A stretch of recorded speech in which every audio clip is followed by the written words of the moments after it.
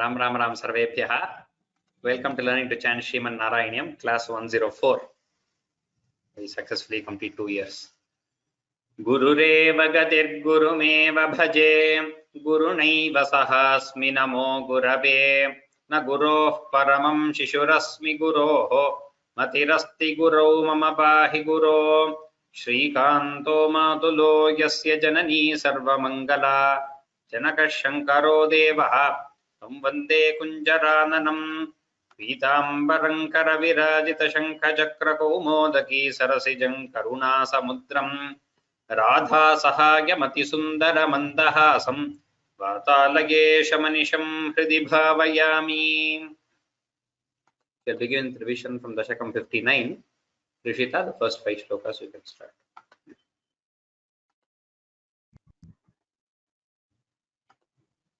त्वत्त्वपूर्णवकलाय कोमलं प्रेमदोहनमशेषमोहनं ब्रह्मतत्त्वपरचिन्मुदात्मकं वीक्ष्य सम्मुहुरन्वहं स्त्रियः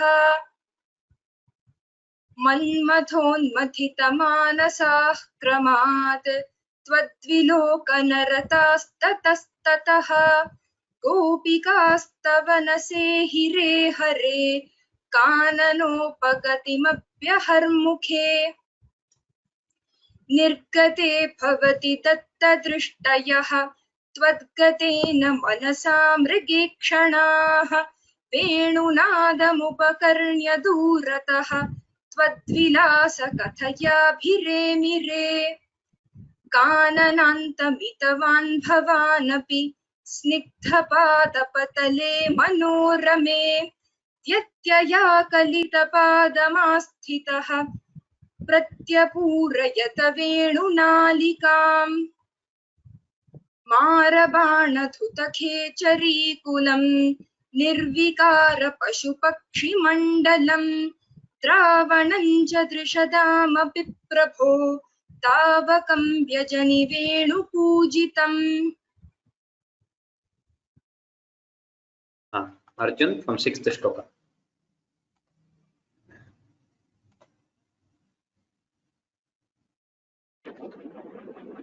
वेणुरन्ध्रतरलाङ्गुलीदलं तालसञ्चलितपादपल्लवं तत्स्थितं तव परोक्षमप्यहो संविचिन्त्य मुमुहुर्व्रजाङ्गनाः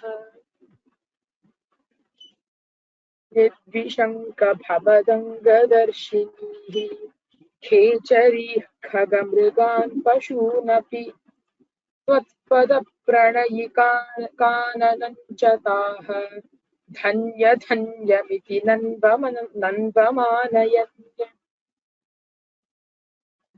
आपिबेयमधरामृतं कदा वेणुभुक्तरसशेषमेकदा दूरतोपतकृतं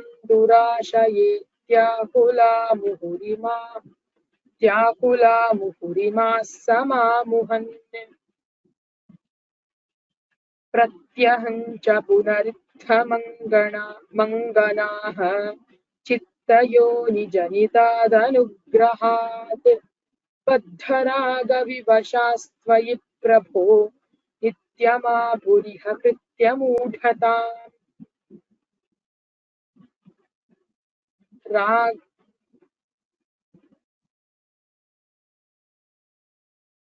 रागस्तावज्जायते हि स्वभावात्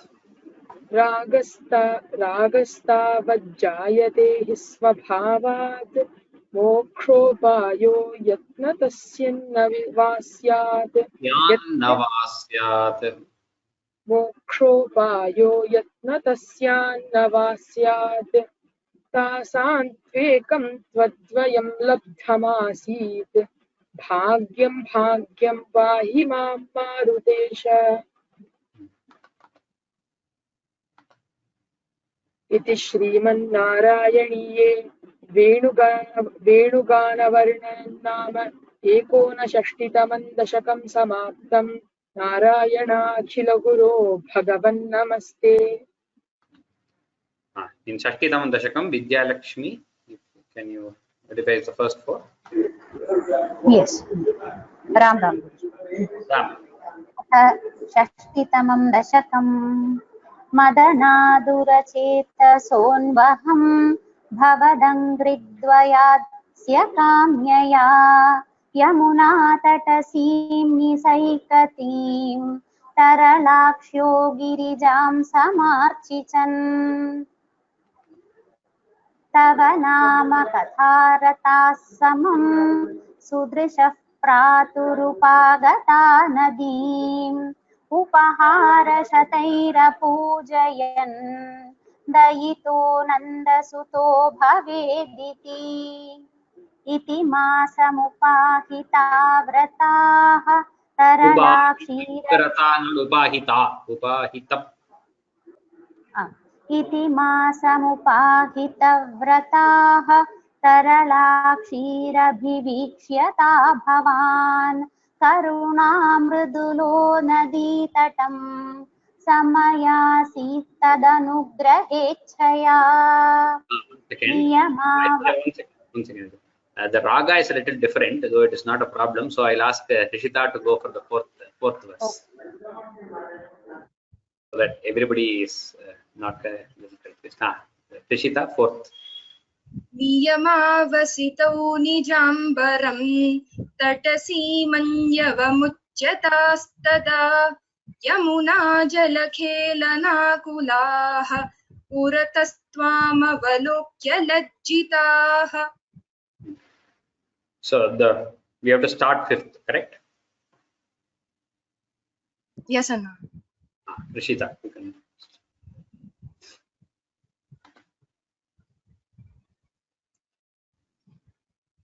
Trapaya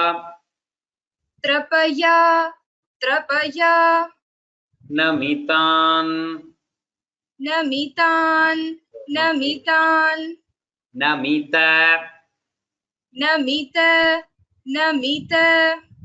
ananasu athaha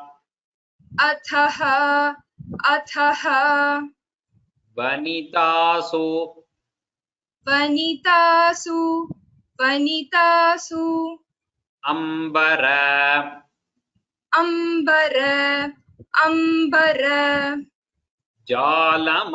jalamantike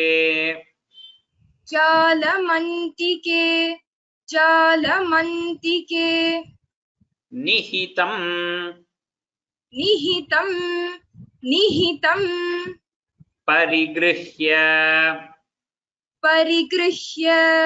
parigrihya bhuruhaha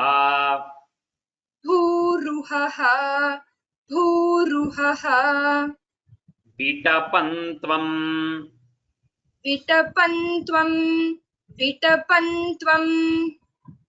tarasa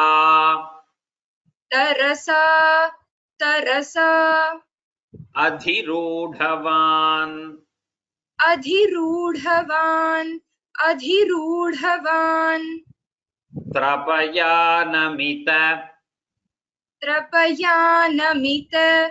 trapayanamita ananasvatha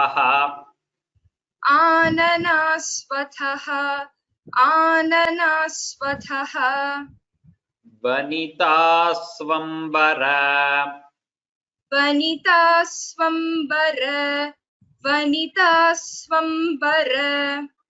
jalamantike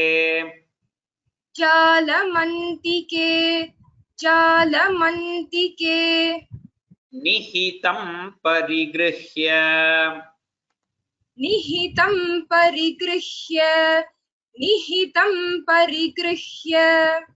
bhuruhaha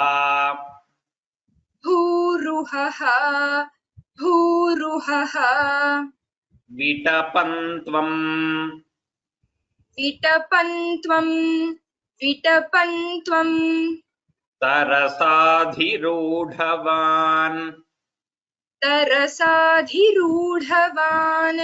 tarasadhirudhavan त्रपयानमित त्रपयानमित त्रपयानमित आननास्वथः आननास्वथः आननास्वथः त्रपयानमिताननास्वथः त्रपयानमिताननास्वथः त्रपयानमिताननास्वथः वनितास्वम्बर वनितास्वम्बर वनितास्वम्बर जालमन्तिके जालमन्तिके जालमन्तिके वनितास्वम्बर जालमन्तिके वनितास्वम्बर जालमन्तिके वनितास्वम्बर जालमन्तिके निहितं परिगृह्य निहितं परिगृह्य निहितं परिगृह्य भूरुहः भूरुहः भूरुहः निहितं परिगृह्य भूरुहः निहितं परिगृह्य भूरुहः निहितं परिगृह्य भूरुहः विटपन्त्वं विटपन्त्वं विटपन्त्वं तरसाधिरूढवान् तरसाधिरूढवान्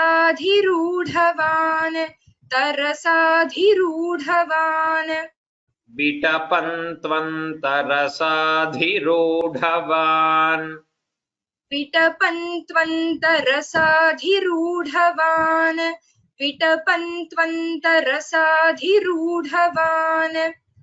त्रपयानमिताननास्वथः वनितास्वम्बरजालमन्तिके निहितं परिगृह्य भूरुहः विटपन्त्वं तरसाधिरूढवान् त्रपयानमिताननास्वथः वनितास्वम्बरजालमन्तिके निहितं परिगृह्य भूरुहः विटपन्त्वं तरसाधिरूढवान् अर्जुन second next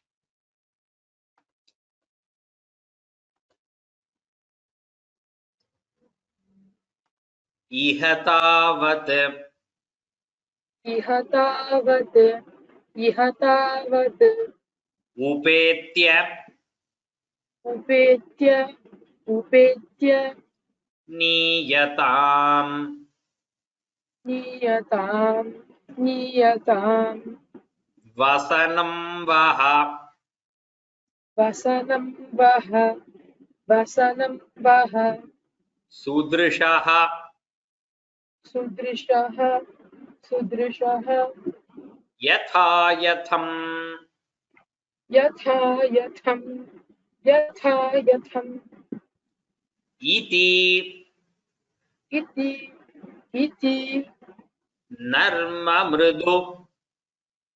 नर्ममृदु नर्ममृदु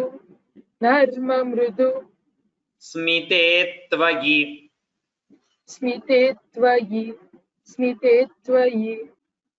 ब्रुवति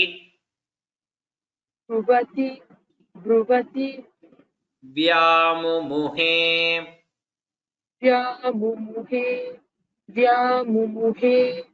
वधूजनैः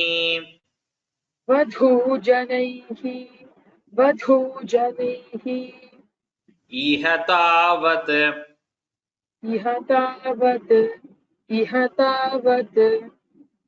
उपेत्य नीयताम्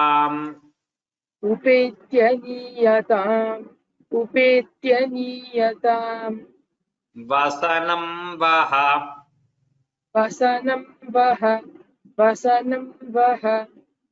सुदृशो यथा यथम्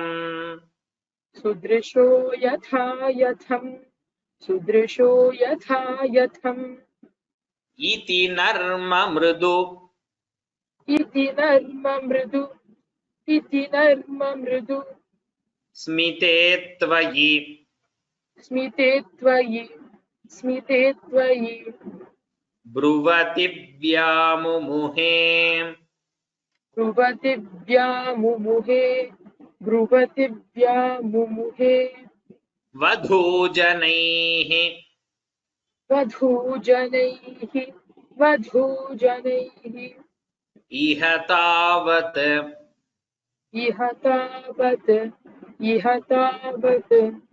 उपेत्य नीयताम् उपेत्य नीयताम् उपेत्य नीयताम्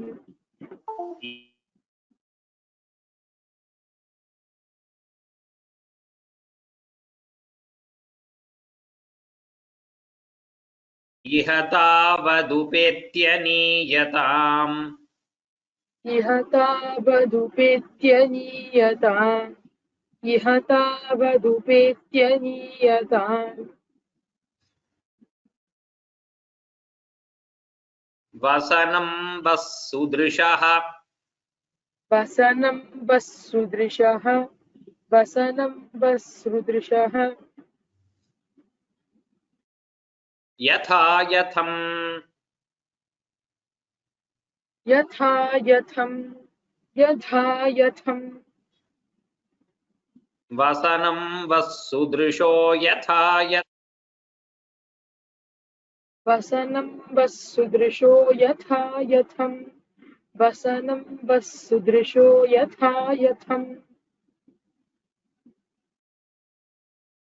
इति नर्म मृदु इति नर्म मृदु इति नर्म मृदु स्मिते त्वयि स्मिते त्वयि स्मिते त्वयि इति नर्म मृदु स्मिते त्वयि इति नर्म मृदु स्मिते त्वयि इति नर्म मृदु स्मिते त्वयि ब्रुवति व्यामुमुहे ब्रुवति व्यामुमुहे ब्रुवति व्यामुमुहे वधूजनैः वधूजनैः वधूजनैः ब्रुवति व्यामुमुहे वधूजनैः ब्रुवति व्यामुमुहे वधूजनैः ब्रुवति व्यामुमुहे वधूजनैः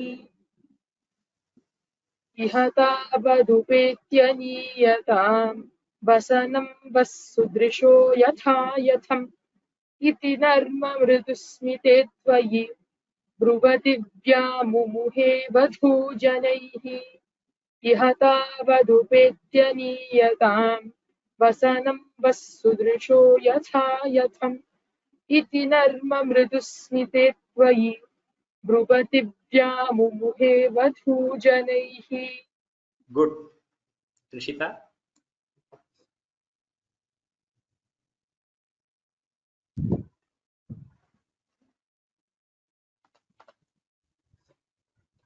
अयि जीव अयि जीव अयि जीव चिरं चिरं चिरं किशोरनः किशोरनः किशोरनः तव दासीः तव दासीः तव दासीः अवशी अवशी अवशी करोषि किम् करोषि किं करोषि किं प्रदिश प्रदिश प्रदिश अम्बरम् अम्बरम् अम्बरम् अम्बुजेक्षण अम्बुजेक्षण अम्बुजेक्षण इत्युदितः इत्युदितः इत्युदितः त्वं स्मितम्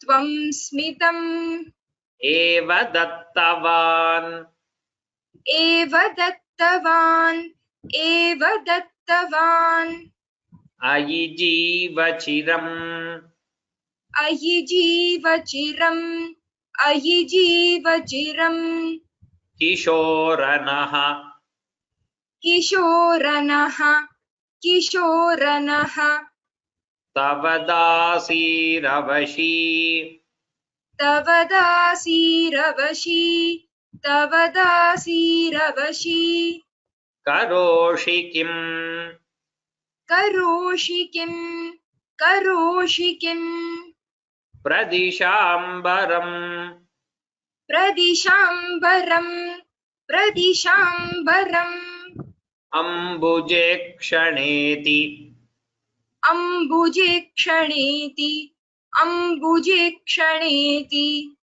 उदितस्त्वम् उदितस्त्वम् उदितस्त्वम् स्मितमेव दत्तवान् स्मितमेव दत्तवान् स्मितमेव दत्तवान् अयि जीवचिरम् अयि जीवचिरम् अयि जीवचिरम् किशोरनः किशोरनः किशोरनः अयि जीवचिरम् किशोरनः अयि जीवचिरम् किशोरनः अयि जीवचिरम् किशोरनः तव दासीरवशी तव दासीरवशी तव दासीरवशी करोषि किम्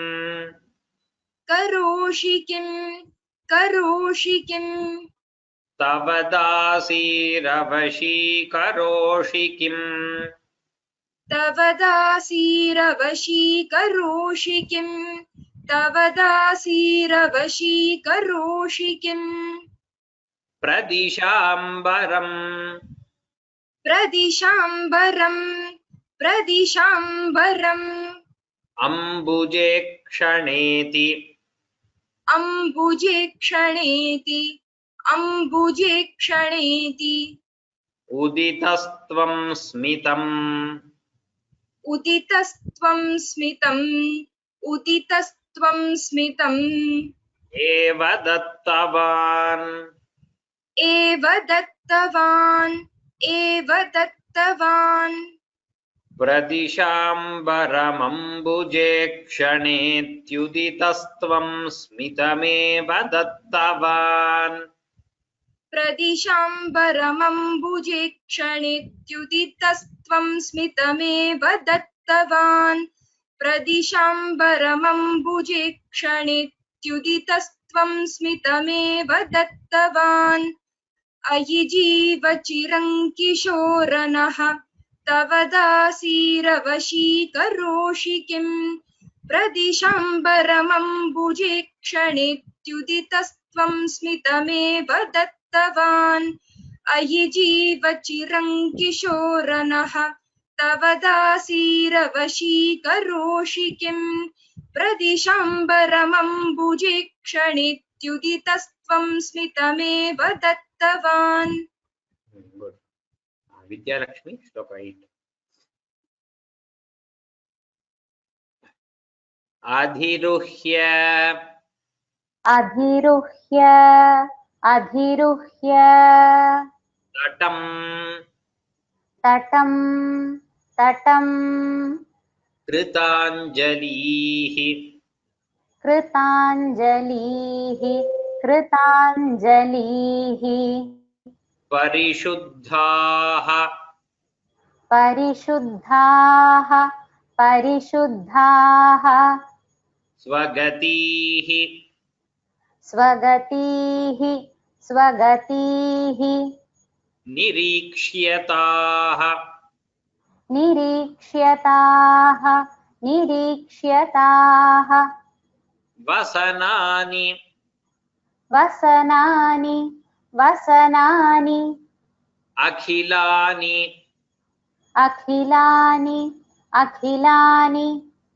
अनुग्रहम् अनुग्रहम् अनुग्रहम् पुनरेवं पुनरेवम् पुनरेवम् गिरमपि गिरमपि गिरमपि अदामुदा अदामुदा अदामुदा अधिरुह्य तटम् अधिरुह्य तटम् अधिरुह्य तटम् कृताञ्जलिः कृताञ्जलिः कृताञ्जलिः परिशुद्धाः परिशुद्धाः परिशुद्धाः स्वगतिर्निरीक्ष्यताः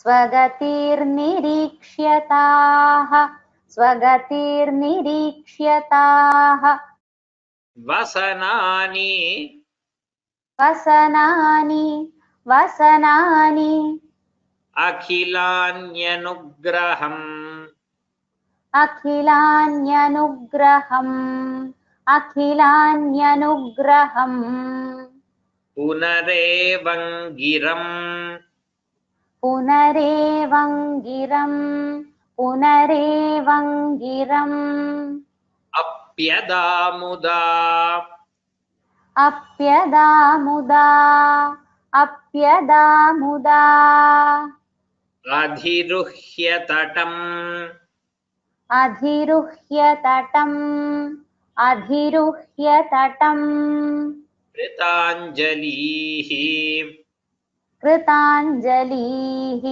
कृताञ्जलिः अधिरुह्य तटं कृताञ्जलिः अधिरुह्य तटं कृताञ्जलिः अधिरुह्य तटं कृताञ्जलिः परिशुद्धाः परिशुद्धाः परिशुद्धाः स्वगतिर्निरीक्ष्यताः स्वगतिर्निरीक्ष्यताः स्वगतिर्निरीक्ष्यताः परिशुद्धाः स्वगतिर्निरीक्ष्यताः परिशुद्धाः स्वगतिर्निरीक्ष्यताः परिशुद्धाः स्वगतिर्निरीक्ष्यताः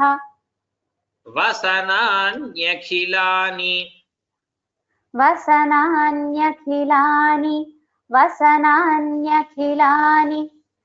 अनुग्रहम् अनुग्रहम् अनुग्रहम् वसनान्यखिलान्यनुग्रहम् वसनान्यखिलान्यनुग्रहम् वसनान्यखिलान्यनुग्रहम् पुनरेवङ्गिरम् पुनरेवङ्गिरम् पुनरेवङ्गिरम् अप्यदामुदा अप्यदामुदा अप्यदामुदा पुनरेवङ्गिरमप्यदामुदा पुनरेवङ्गिरमप्यदामुदा पुनरेवङ्गिरमप्यदामुदा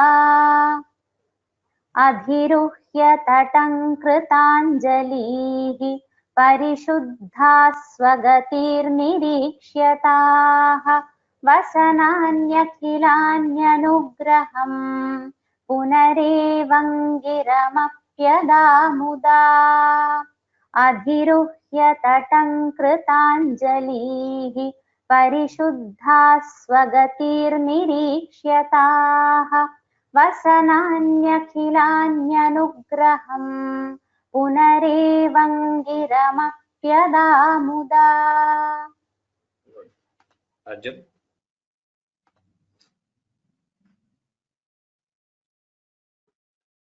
विदितं विदितं विदितं ननु वः ननु वः ननु वः मनीषितं मनीषितं मनीषितं वदितारः वदितारः वदितारः त्विह त्विह त्विह योग्यमुत्तरम् योग्यमुत्तरं योग्यमुत्तरं यमुनापुलिने यमुनाकुलिने यमुनाकुलिने सचन्द्रिकाः सचन्द्रिकाः सचन्द्रिकाः क्षणदाः क्षणदाः क्षणदाः इत्यबलाः इत्यबलाः इत्यबलाः त्वमूचिवान् त्वमूचिवान् त्वमूचिवान् विदितन्ननु विदितन्ननु विदितन्ननु वो मनीषितम् वो मनीषितं वो मनीषितं वदितारः वदितारः वदितारः त्विह योग्यमुत्तरम् त्विह योग्यमुत्तरं त्विह योग्यमुत्तरं यमुनापुलिने यमुनापुलिने यमुनापुलिने सचन्द्रिकाः सचन्द्रिकाः सचन्द्रिकाः क्षणदा इत्यबलाः क्षणदा इत्यबलाः क्षणदा इत्यबलाः त्वमूचिवान् त्वमूचिवान् त्वमूचिवान् विदितन्ननो विदितन्ननु विदितन्ननु वो मनीषितम् वो मनीषितं वो मनीषितं विदितन्ननु वो मनीषितम् विदितन्ननु वो मनीषितं विदितन्ननु वो मनीषितं वदितारस्त्विह वदितारस्त्विह वदितारस्त्विह योग्यमुत्तरम् योग्यमुत्तरं योग्यमुत्तरं वदितारस्त्विह योग्यमुत्तरम् वदितारस्त्विह योग्यमुत्तरं वदितारस्त्विह योग्यमुत्तरं यमुनापुलिने यमुनापुलिने यमुनापुलिने सचन्द्रिकाः सचन्द्रिकाः सचन्द्रिकाः यमुनापुलिने सचन्द्रिकाः यमुनापुलिने सचन्द्रिकाः यमुनापुलिने सचन्द्रिकाः क्षणदा इत्यबलाः क्षणदा इत्यबलाः क्षणदा इत्यबलाः त्वमूचिवान् त्वमूचिवान् त्वमूचिवान् क्षणदा इत्यबलास्त्वमूचिवान् क्षणदा इत्यबलास्त्वमूचिवान् क्षणदा इत्यबलास्त्वमूचिवान् विदितन्ननु वो मनीषितं वदितारस्त्विह योग्यमुत्तरं यमुनापुलिने सचन्द्रिकाः क्षणदा इत्यबलास्त्वमूचिवान् विदितन्ननु वो मनीषितं वदितारस्त्विह योग्यमुत्तरं यमुनापुलिने सचन्द्रिकाः क्षणदा इत्यबलास्त्वमूचिवान्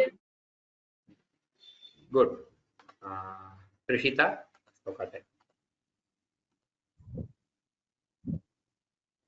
Upakarnya, उपकर्ण्य उपकर्ण्य Bhavanmukha, भवन्मुख भवन्मुख च्युtam, च्युतं च्युतं Madhunishyandi, मधुनिष्यन्ति मधुनिष्यन्ति Vachaha, वचः वचः Mrigidrishaha, मृगीदृशः मृगीदृशः Pranayat, प्रणयात् प्रणयात् Ayivikshya, अयिवीक्ष्य अयिवीक्ष्य Vikshyate, वीक्ष्यते वीक्ष्यते Vadanabjam, वदनाब्जं वदनाब्जं Shanakaihi, शनकैः शनकैः Grihangataha, गृहङ्गताः गृहङ्गताः Upakarnya, उपकर्ण्य उपकर्ण्य Bhavanmukhaच्युtam, भवन्मुखच्युतं भवन्मुखच्युतं Madhunishyandi, मधुनिष्यन्ति मधुनिष्यन्ति Vacho mrigidrishaha, वचो मृगीदृशः वचो मृगीदृशः Pranayadayi, प्रणयादयि प्रणयादयि Vikshya Vikshyate, वीक्ष्य वीक्ष्यते वीक्ष्य वीक्ष्यते Vadanabjam, वदनाब्जं वदनाब्जं Shanakairgrihangataha, शनकैर्गृहङ्गताः शनकैर्गृहङ्गताः Upakarnya, उपकर्ण्य उपकर्ण्य Bhavanmukhaच्युtam, भवन्मुखच्युतं भवन्मुखच्युतं Upakarnya Bhavanmukhaच्युtam, उपकर्ण्य भवन्मुखच्युतं उपकर्ण्य भवन्मुखच्युतं Madhunishyandi Vachaha, मधुनिष्यन्ति वचः मधुनिष्यन्ति वचः Mrigidrishaha, मृगीदृशः मृगीदृशः Madhunishyandi Vacho Mrigidrishaha, मधुनिष्यन्ति वचो मृगीदृशः मधुनिष्यन्ति वचो मृगीदृशः Pranayadayi, प्रणयादयि प्रणयादयि Vikshya Vikshyate, वीक्ष्य वीक्ष्यते वीक्ष्य वीक्ष्यते Pranayadayi Vikshya Vikshyate, प्रणयादयि वीक्ष्य वीक्ष्यते प्रणयादयि वीक्ष्य वीक्ष्यते Vadanabjam Shanakaihi, वदनाब्जं शनकैः वदनाब्जं शनकैः Grihangataha, गृहङ्गताः गृहङ्गताः Vadanabjam Shanakairgrihangataha, वदनाब्जं शनकैर्गृहङ्गताः वदनाब्जं शनकैर्गृहङ्गताः उपकर्ण्य भवन्मुखच्युतं मुखच्युतं मधुनिष्यन्ति वचो मृगीदृशः प्रणयादयि वीक्ष्यते वदनाब्जं शनकैर्गृहं गताः उपकर्ण्य भवन्मुखच्युतं मधुनिष्यन्ति वचो मृगीदृशः प्रणयादयि वीक्ष्यते वदनाब्जं शनकैर्गृहं गताः। Arjun.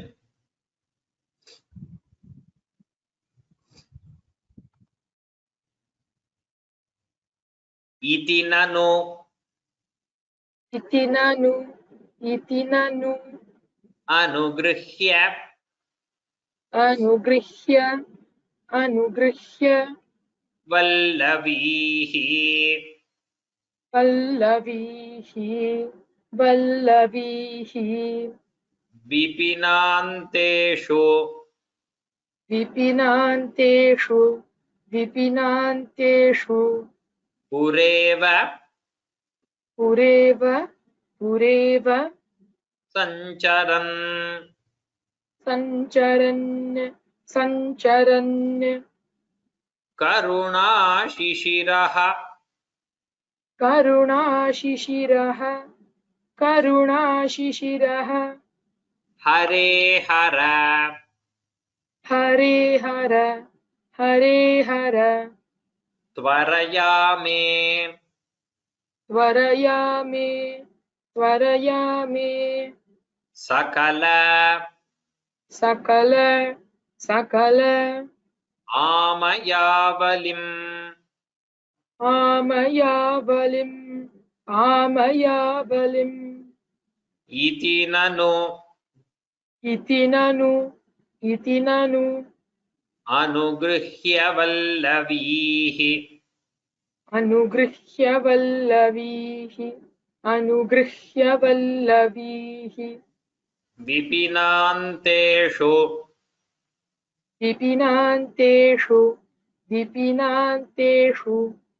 पुरेव सञ्चरन्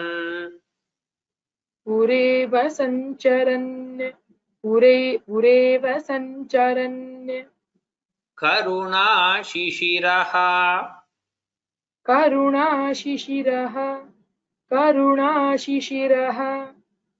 हरे हर हरे हर त्वरया मे त्वरया मे सकलामयावलिम्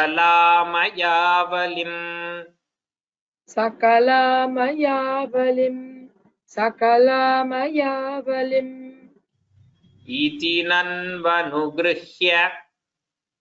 इति नन्वनुगृह्य इति नन्वनुगृह्य वल्लवीः वल्लवीः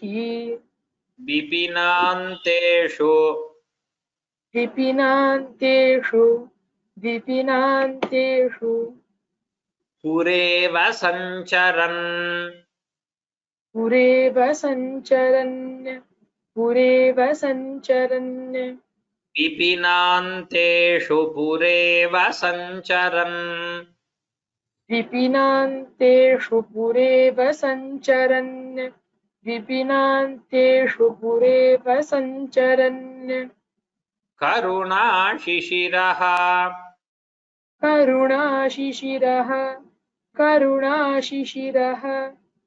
हरे हर हरे हर करुणाशिशिरो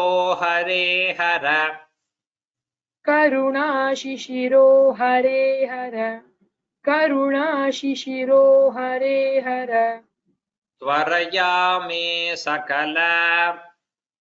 त्वरया मे सकल त्वरया मे सकल आमयावलिम् आमयावलिम् त्वरया मे सकलामयावलिम्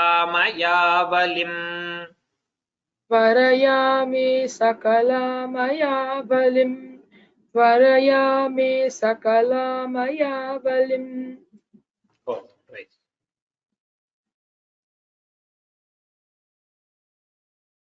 इति नन्वनुगृह्य वल्लवीः विपिनान्तेषु पुरेव सञ्चरन् करुणाशिशिरो हरे हर त्वरया मे सकलामया बलिम्. इति नन्वनुगृह्य वल्लवीः विपिनान्तेषु पुरेव सञ्चरन् करुणाशिशिरो हरे हर त्वरया मे सकलामया बलिम्.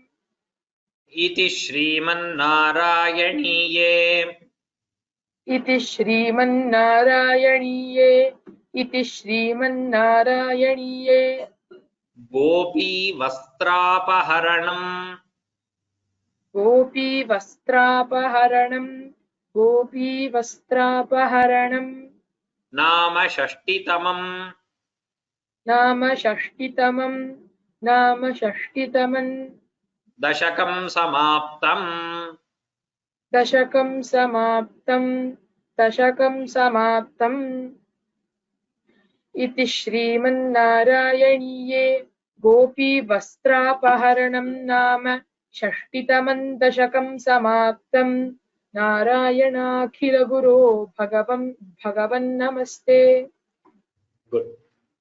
So we have finished 60 Dashakam successfully. It is exactly 2 years, 60 Dashakam. So that is like 30 Dashakams per year we have gone at a pace. Another 40 Dashakams, we may take a year and a half to finish. That is the approximate estimate. Maybe October next year, 2023, around we might finish. You might all have got a mail this week saying there will be 3 special sessions on pronunciations from next class. So 60 Dashakams, it's like a Punarijivana for the course.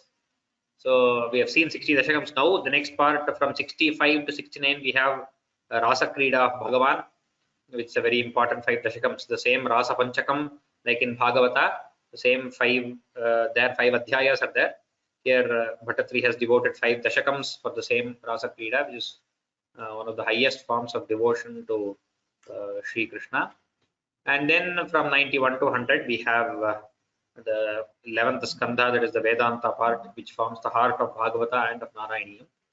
So all these are remaining very important parts. So any person who might want to rejoin the course or who wants to rejuvenate themselves and get more enthusiasm to continue, and probably those who have left out in between and want to restart again, for all of them it's a good point to restart from 61.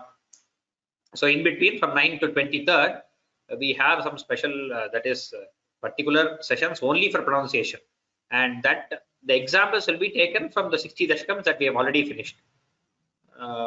So particular examples, what are the mistakes that are commonly made, where we have to concentrate, what are the specifics in Sanskrit pronunciation, and all this. So later these 3 classes can be as a separate, they can be used as a separate set for learning pronunciation itself as an introduction to the course or anything of that sort, but those 3 classes will mainly concentrate on that. We have some material prepared for that. Then as usual 61st Dashakam will continue from 30th April. So these the class timings remain the same, just the next 3 classes we won't be seeing any new shlokas. We will be concentrating mainly on pronunciation and such things. And there will be probably I'll have 2-3 question sessions in between in each session. So not only question sessions at the end like we have in each class, since it is going to be like theory class in between the practical classes. So we will have some raise hands in between, so that if you have any doubts or if you have on, you can ask in chat always. If you have any particular doubts, we can raise hands in between also. The pravachanam mostly next Sunday onward, some discourses I will continue. Memorization test again, it might happen for 51 to 55 is the next memorization. That might happen second week. That is after the next class. I am planning, so you might get a mail this week for those who are continuing with memorization. That is the update. Any other thing, if you have any doubts or questions regarding this or anything else, we will take it up after I have recited both these Dashakams. 59 and 60 both have to be recited. Last class I did not recite, so both of them. You don't have to register any for anything specially or anything. This is part of Narayaneeyam course only. your way of joining class, everything will remain exactly the same. Next again, you go to the same website, same click join now. It's just that we won't be doing the same shlokas. We will be concentrating on pronunciation is the only change. So that is just announcement. So that is the surprise announcement, which is like again we have some very nice parts of Narayaneeyam coming up. Going to be more and more enjoyable. We have been enjoying a lot. It's going to be another level of enjoyment. As we go deeper and deeper, we feel more and more enthusiastic, more and more encouraged to learn, and we see the beauty of the poem both by meaning and by its the shravya beauty, that is the way we listen, the beauty that it gives, the tripti, the satisfaction that it gives is immense. So we have been experiencing that. We shall continue to experience that in a very nice manner going forward. So you can again spread the word, saying if somebody has not joined till now, they have want to learn Narayaneeyam, still a good part of the course is remaining, another 40 Dashakams remaining, and which has very important events and very nice Dashakams coming up. So that is why one special announcement in between to your life, nothing else. So now I shall repeat 59 and 60 for the recording, and then we shall take student questions and recitations also.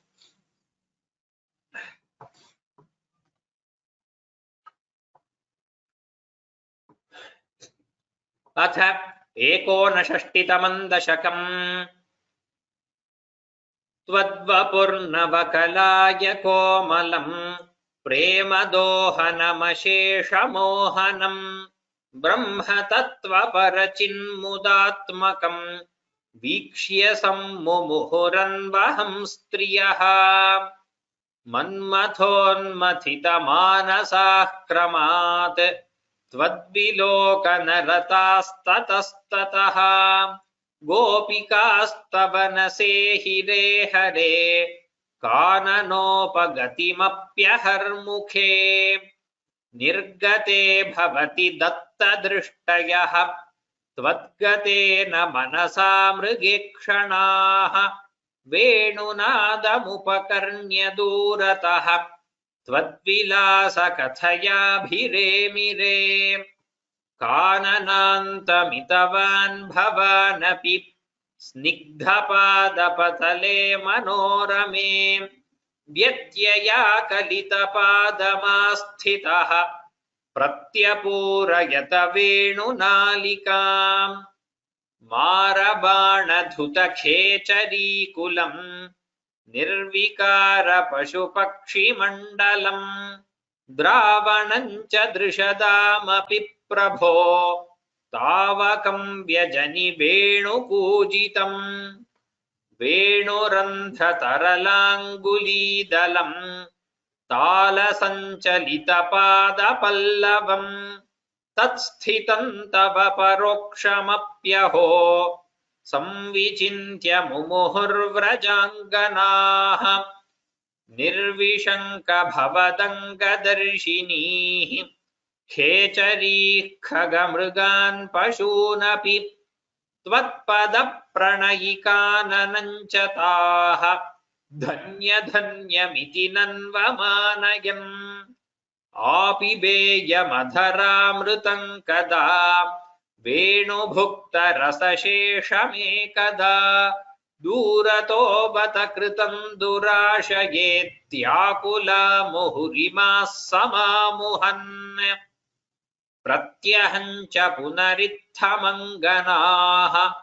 चित्तयोनिजनितादनुग्रहात् बद्धरागविवशास्त्वयि प्रभो नित्यमापुरिह कृत्यमूढताम् रागस्तावज्जायते हि स्वभावात् मोक्षोपायो यत्र तस्यान्न वा स्यात् तासां त्वेकं तद्वयल्लब्धमासीत् भाग्यं भाग्यं पाहि मां मारुतेश इति श्रीमन्नारायणीये वेणुगानवर्णनं नाम एकोनषष्टितमं दशकं समाप्तम्। नारायणाखिलगुरो भगवन्नमस्ते। अथ षष्टितमं दशकम् मदनातुरचेतसोऽन्वहम् भवदङ्घ्रिद्वयदास्य काम्यया यमुना तटसीं निसैकतीं तरलाक्ष्यो गिरिजां समार्चिचन् तव नाम कथारताः समम् सुदृशः प्रातरुपागता नदीम् उपहारशतैरपूजयन् दयितो नन्दसुतो भवेदिति इति मासमुपाहितव्रताः तरलाक्षीरभिवीक्ष्यता भवान् करुणामृदुलो नदीतटम् समयासीत्तदनुग्रहेच्छया नियमावसितौ निजाम्बरम् तटसीमन्यभमुच्यतास्तदा यमुना जलखेलनाकुलाः पुरतस्त्वामवलोक्य लज्जिताः त्रपयानमिताननास्वथः वनिता स्वम्बरजालमन्तिके निहितं परिगृह्य भूरुहः विटपन्त्वन्तरसाधिरूढवान् इह तावदुपेत्य नीयताम् वसनं वः सुदृशो यथा यथम् इति नर्म मृदुस्मिते त्वयि ब्रुवतिव्यामुमुहे वधूजनैः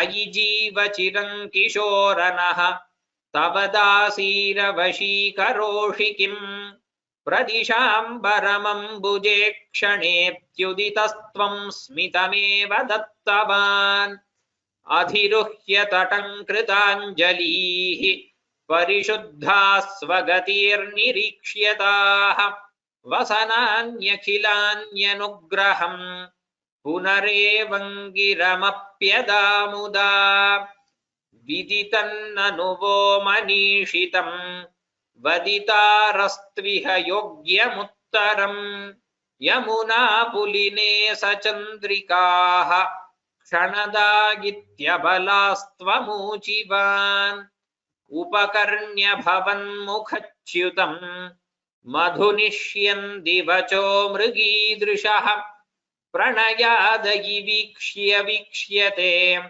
वदनाब्जं शनकैर्गृहं गताः इति नन्वनुगृह्य वल्लवीः विपिनान्तेषु पुरेव सञ्चरन् करुणाशिशिरो हरे हर त्वरया मे सकलामया बलिम् इति श्रीमन्नारायणीये गोपीवस्त्रापहरणं नाम षष्टितमं दशकं समाप्तम् नारायणाखिल गुरो भगवन् नमस्ते.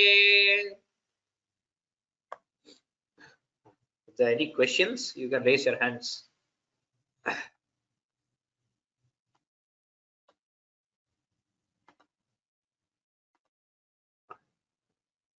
Venkateshwaran and then HR. Sir, Namaskaram. The 59th Dashakam 10th shloka, why the chandas is changed? But there is no particular reason. See, even in previous Dashakam, some other places we have seen, there are multiple chandas in the same Dashakam. If you take 8th Dashakam, for example, there are 3-4 chandas in the same Dashakam. Like that, he has done it in 2-3 places. As we go ahead, even in later Dashakams, we will see there are a mixture of chandas. Here it just so happens only the last shloka has changed. We have seen many Dashakams in this previous. There is no particular reason. Maybe the Dashakam is longer. Just as it comes in a poet. Yes, but so it is just inspiration. It just comes out. Okay. Just comes. Okay. HR. Namaste, Ram Ram Mahodaya. Happy Ugadi to you. I just wanted to. In case individual recitation is there, I just want. That's why I raised this hand. Okay. That is that. That's Ram Ram. Ram. Sir, not received the certificates for Parayanam test. I have updated my profile, but still certificate has not come. Okay. After updation, they have still not, because last week I had asked to update the previous, I think the previous week. After that, they have not issued. So this week I will tell them. Okay, namaste sir. Thank you. Dhanyavad. Who they say? Kalyani. Ramana. Gee, whenever there is a hyphen at the end of a particular line, for instance, if there's a hyphen at the end, the third line, we have been taught to recite both the third and fourth line together. Similarly, in Dashakams 59 and 60, in most of the sloka, there are a lot of hyphens in between the syllables, not at the end of the line, in between the syllables. Do we need to recite those syllables together? Is there any significance for those? The idea is it becomes easier. If the word is too long, it becomes very difficult to read. So the hyphen in between is just for easy reading. You have to read it together. Anyway, in one pada, you're not going to split, so you're going to read it together. Those are two different padas, but the whole thing is a samasta pada. There's a samasa that is there, so you cannot split it in between. But it still makes sense to say it in if there's a split while teaching. I teach it that way. I split at that hyphen and then teach it. So there is a hyphen given for ease of reading, nothing else. Happy Yugadi ji. Dhanyavad ji. Jyoti Shanai and then Panchanatham Mahodaya. Ram Guruji. Yeah, I didn't want to miss the opportunity to wish you and your family a very happy New Year and a New Year to great beginnings, spiritually and otherwise, from my husband Arun and me. Wish you and all your family. Thank you very much. And thank you for teaching us and taking your time from your family time and teaching. I sincerely am grateful for that. Ram Guruji. Panchanatham Mahodaya. Namaskar, sir. Namaste. I think the previous question asked about the change of chantas. Other than he decides to write it, is there any way you can say based on the theme of the particular context he decides to choose it, or is it just like that? In some places we are able to directly make a connection as to what is happening and the way the Dashakam is. For example, if you take the Kali and Artham that we saw, the Chandas is very nice to say it in that way. Athava Rinigho Rataram Paninam, the Totaka is very nice for that. Similarly, Rasa Kridavanam, if you see the dancing, it will be very nice. Similarly, you can say it that way. So there are a few Dashakams like that, Akrura Kamanamandal, where the Chandas corresponds to the topic or the mood of the Dashakam. But otherwise, I think it depends on how much content is there. So in the last 10 Dashakams and first few, if you see the Chandas is Sagdara, because there's a lot of content, even in Rama Avatara and Narasimha Avatara. The Chandas is long because there's a lot of content and you have to put so much inside one verse. You take a small verse or small Chandas, obviously that won't happen. So I think it's some places logic, some places mood, some places it just happens. And now we are going to discuss the next 3 classes, the pronunciation. Yes. That's been a very challenging topic for me, even though I've been learning Sanskrit for a while. Sometimes based on our mood, the Mahapranas doesn't come well, or the 2 Mahapranas coming together. There are some tricks. It's essentially like learning to sing. I also learned to sing, even though I don't have a good voice. My teacher used to say there is a sukshmam by which you can sing even the most difficult notes, but you have to work on it. So the question is, of course, I'm pretty sure you are going to discuss about these techniques. And then it comes to Samastapadam also. Right? I mean, the lady asked the question. The Samastapadam, they should be all set together. Sometimes, for the sake of understanding, you may want to give a pass. Some people they say when 2 Mahapranas come together, it's better to give a small pass, just like a Dvitvam, right? So it helps. So these are some of the techniques I think I'm looking forward to learning. Because I'm learning also Bhagavad Gita chanting. I have learned it many times. I've decided it's still There are some places, Sitahan, when and Ta comes in, there's a, the following words picks up the same. It's like, what do you call it? Music was Kakali Nishadam, Kaishiki Nishadam, you're not careful, you will mix the raga from the other. Same thing comes here. So I'm looking forward to looking at it. More of a fine tuning our pronunciation. Correct. So, right? And also, I think all the from 71, 61 through 65, I think they're all Rasa Krida, right? They're all in the same meter. 65 to 69 is Rasa Krida. 65 to 69. 65. Anyway, Dhanyavadaha for teaching this because I'm really excited to looking forward. I guess you are going to travel this month, right? So that also is the reason you want to do it. No, that travel. No, there is no travel now. Actually, that I think last class I was that the US travel got cancelled, so there's no specific travel now. What happened to the symposium? You were going to attend, right? Yeah, that was there. I cannot go because the visas are not being issued. That's what I announced last class. There are no fresh visas being. Yeah, that's nonsense. It's really ridiculous. That's the only. It happens. It happens. Even the musicians who couldn't travel last 2 years, we were trying to bring in some of the singers to follow. So we did all online. Yeah. Anyway, and so I am really looking forward to those classes also. So I'm pretty sure you are going to discuss some of those grammar also along with it. Yes. That is. Anyway, I know you follow Tamil New Year, right? April 14th. Right? Yes, April 14th. Yes, as a tradition, as a family, for us it's April 14th. But since we are in Karnataka, we celebrate this also. Shobhakrita, what's the name of the Shobhakrita? Shubhakrit. Shubhakrit. I hope everything will be Shubha this year. Yes, that is right. Guru is going to be. Plava, we just jumped over the ocean. Plava means to jump. The previous year was Plava. We jump over the whole pandemic and now we land in Shubhakrit. Yes, we need it now. It's about time. Thank you very much. Shobha and then Umakriti. Sorry, I think I muted Shobha or Umakriti. Yeah, Ram Guruji, happy Ugadi. Happy. Yeah. I could not able to attend 2-3 classes because I was traveling. So today only I joined.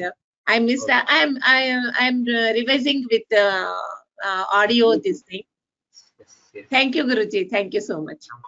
Thank you. Umakriti. Ram Guruji.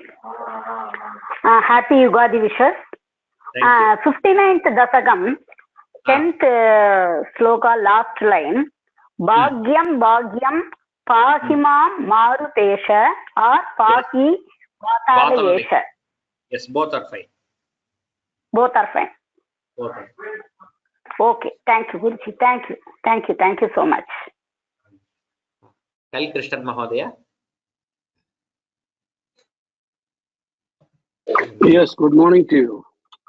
Good evening. Yes. Same tangential question I have.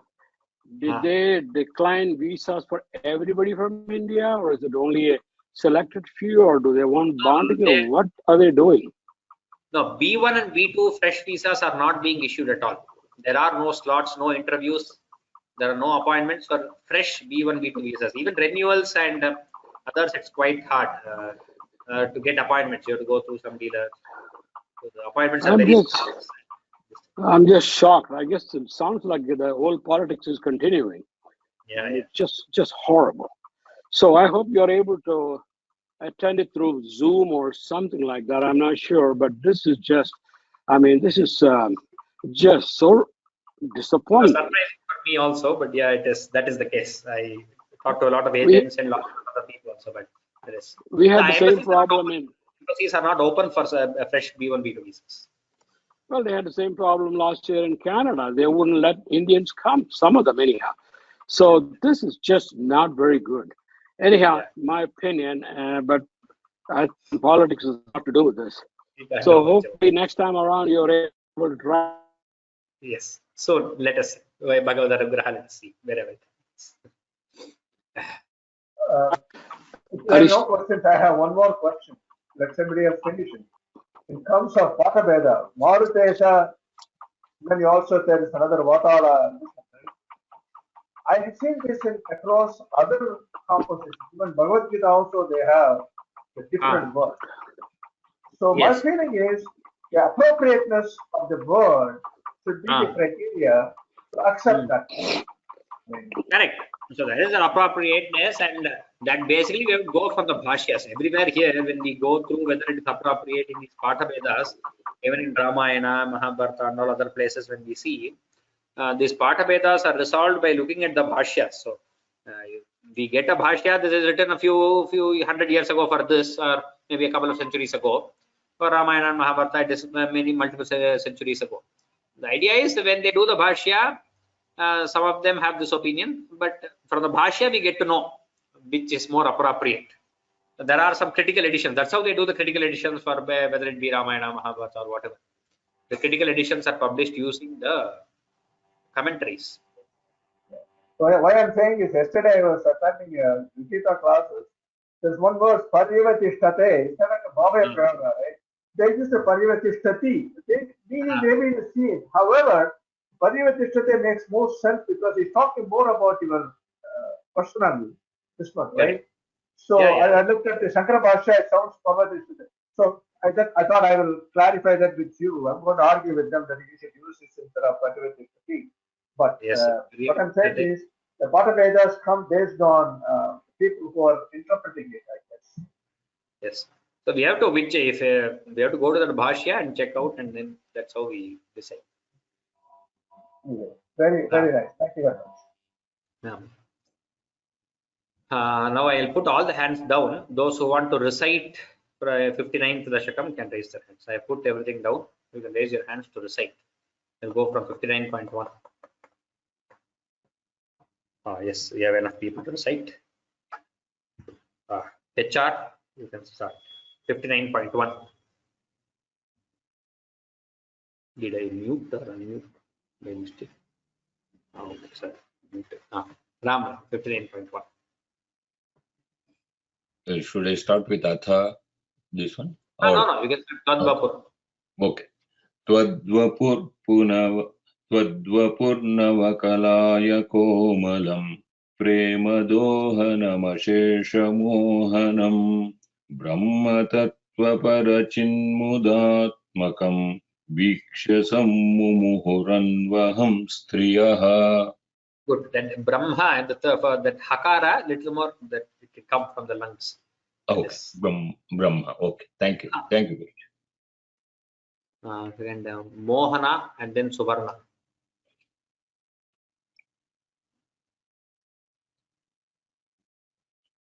Mohana 59.2 or Suvarna, one of you can unmute. Suvarna, yes.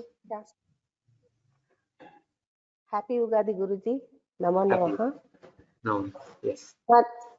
Manmathonmathitamanasah kramat tvadvilokanaratastataha gopikastavanasehi hare kananopagatimapyahal mukhe.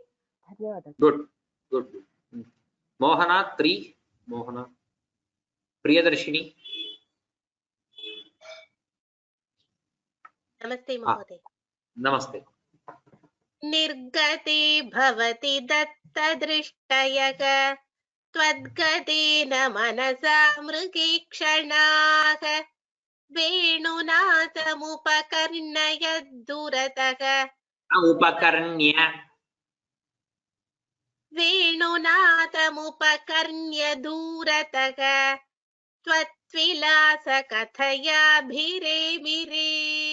Good, very good. Dhanyavad. Shobha. If you finish reciting, please put your hands down. Yeah, fourth one, right? I will write. Fourth one. Yes. Kanananta, sir. Okay. Kananantamitavan bhavanapi snigdha pada patale manorame व्यत्यया कलितपादमास्थितः प्रत्यपूरयत वेणुमालिकाम्. Venunalika, otherwise good. Venunalikam. Good. Uma and then Shyamala. मारबाणधृतकेचरीकुलम् निर्विकारपशु Dhruta is different from Dhruta. मारबाणधृतकेचरीकुलम् निर्विकारपशुपक्षिमण्डलम् द्रावणम् सदृशदामपि प्रभो तावकम् व्यजनिवणुपूजितम् वेणुपूजितम् पूजितम्.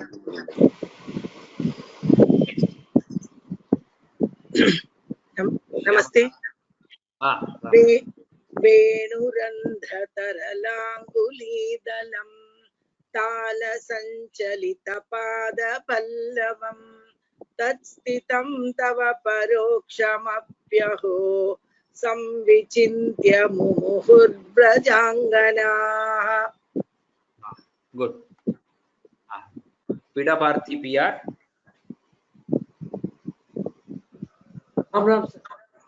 Rama, Shloka 7.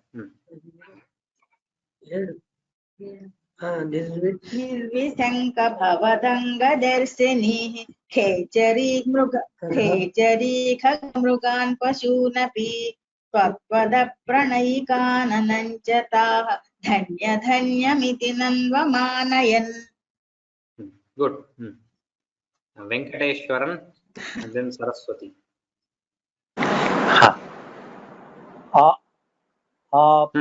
आपिबेय मधुरामृतं कदा. Adhara, not Madhura. Madhara. Sorry. आपिबेय मधुरामृतं कदा वेणुमुक्तरसशेषमेकदा दूरतो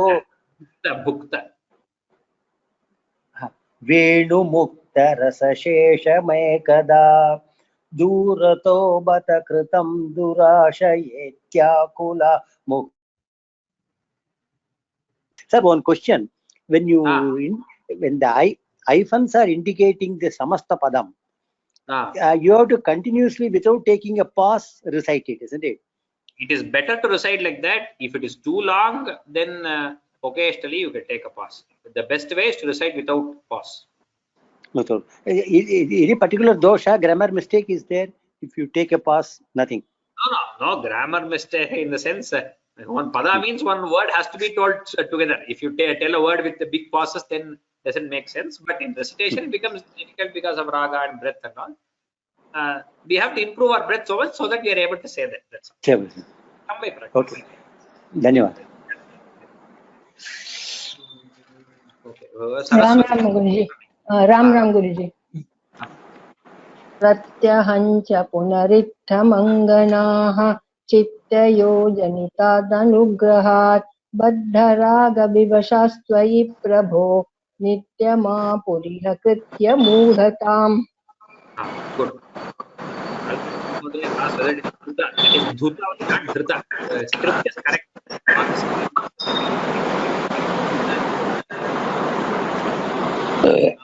You can recite the 10th verse.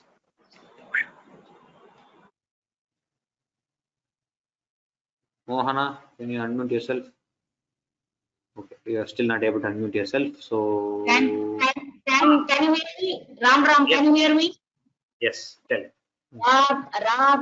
रागस्तावज्जायते हि स्वभावान् मोक्षोपायो यत्नदस्यान्न वा स्यात् तासां द्वेहं तद्वयं लब्धमासीत् भाग्यं पाहि मां मारुदेश.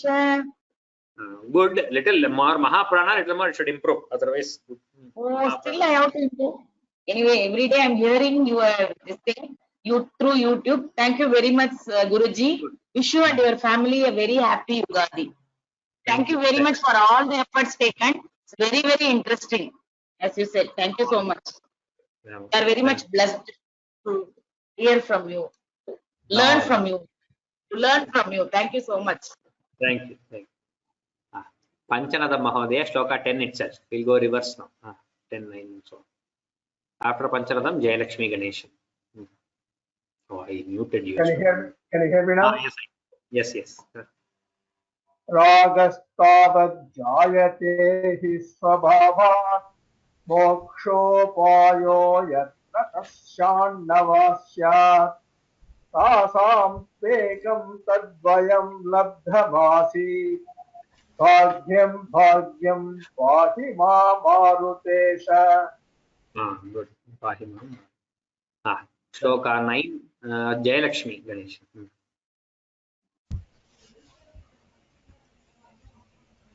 Namaste Guruji. Namaste.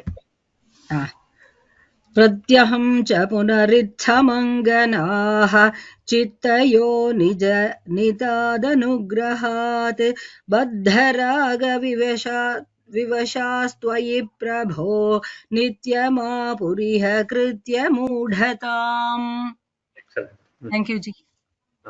Sai Pridi 8, Nigu 7. Namaste. Apibeya-madaramritam kada venubhuktarasasheshamekada durato batakritam durashayetya muhurima samamuhan. Good. That Adharamritam, Bhukta, the Mahapranas are not still the effort in the Mahaprana. Mahaprana means you have to Yeah, I will practice, Guruji. Thank you. Good. Shloka 7, Nigu. Those who have finished, please put your hands down. It's confused. Too many people are raised. Nigu, I have unmuted, right? Shloka 7. Nigu, you can unmute yourself.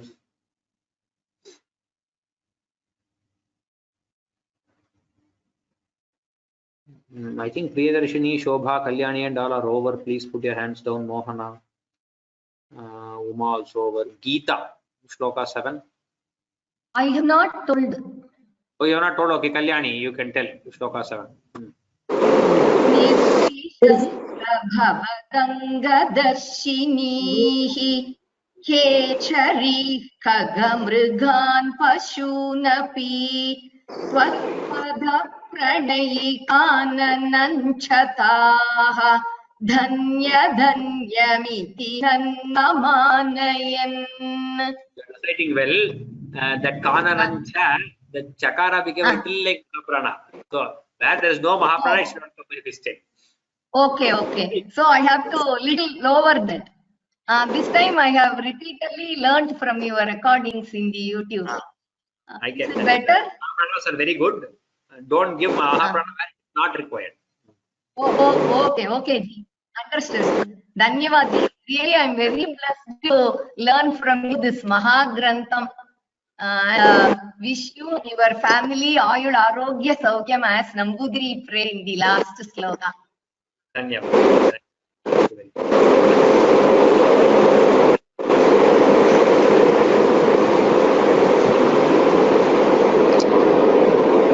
Ram Guruji. Ram, yes. Shloka 6. 6th sloka. Venurandratagalanguligalam Thalasansalidapadapallavam Tasthidam tava parokshamaphyago samvichintyamudu rajanganaha. Your voice was very soft, but it was good. I heard. Very soft. My throat is not well, Guruji. When you are talking, I am able to hear it well. Okay. Guruji. Nigu Shloka 5. Namaste, Guruji. Namaste.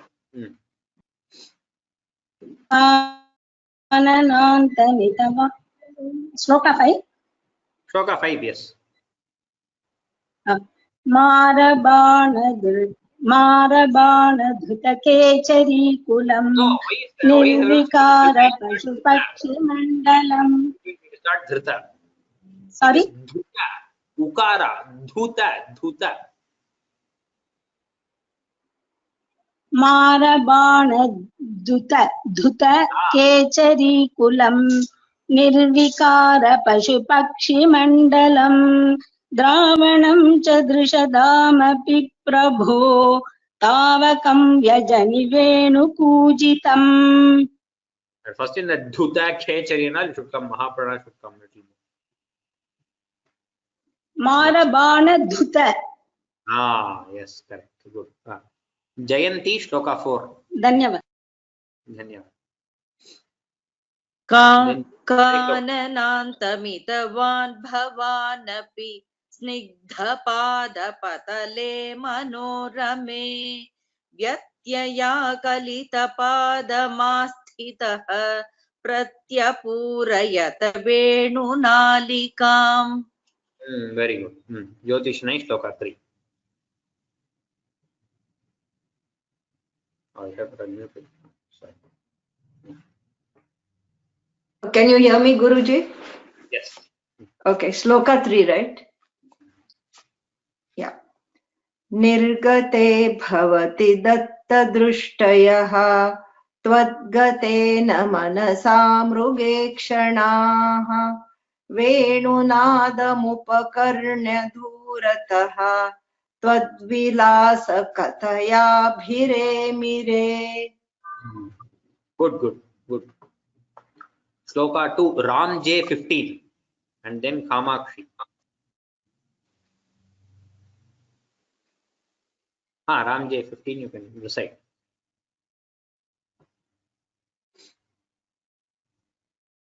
Shloka 2, you are unmuted, but I can't hear you. Or Kamakshi, you can recite Shloka 2. Hello, yes, Guruji. Shall I recite?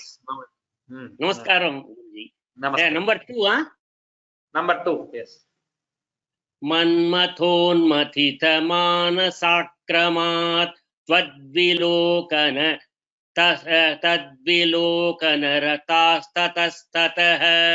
gopikastavana sehire hare kananopaгаtimapyaharmuke. Very good. Ram. Can you hear me? Yes, I can.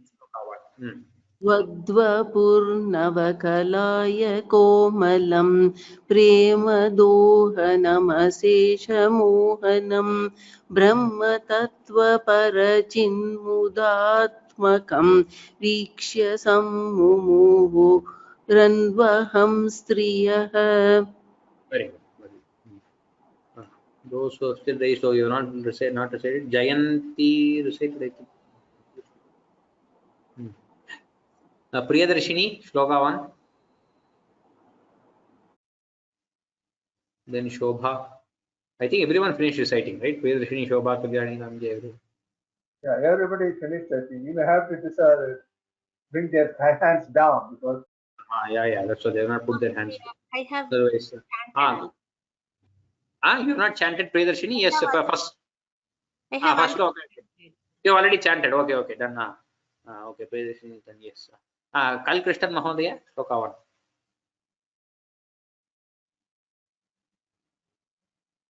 Thank you.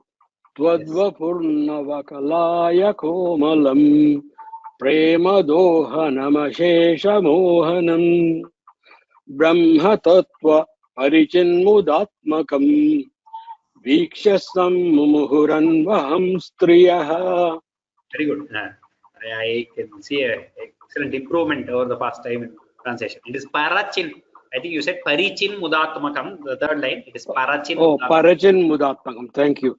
By the way, on 5, number 5, it shows Dhutam, but it should be Dhrutam, right? No, it is Dhutam only is correct. Barabana Dhuta. Okay, but I just was not sure. It was not. I couldn't hear it properly. It's Dhuta, not Dhruta. There's no Rakara there. Yes, no Rakara. Ukara only. Okay. Got it. Thank you. Ram Sarvebhyaha Shubharatrihi Shubhamastu Agrima Shanivasare Punaha Drakshyaamaha Narayana Khila Guru Bhagavan Namaste.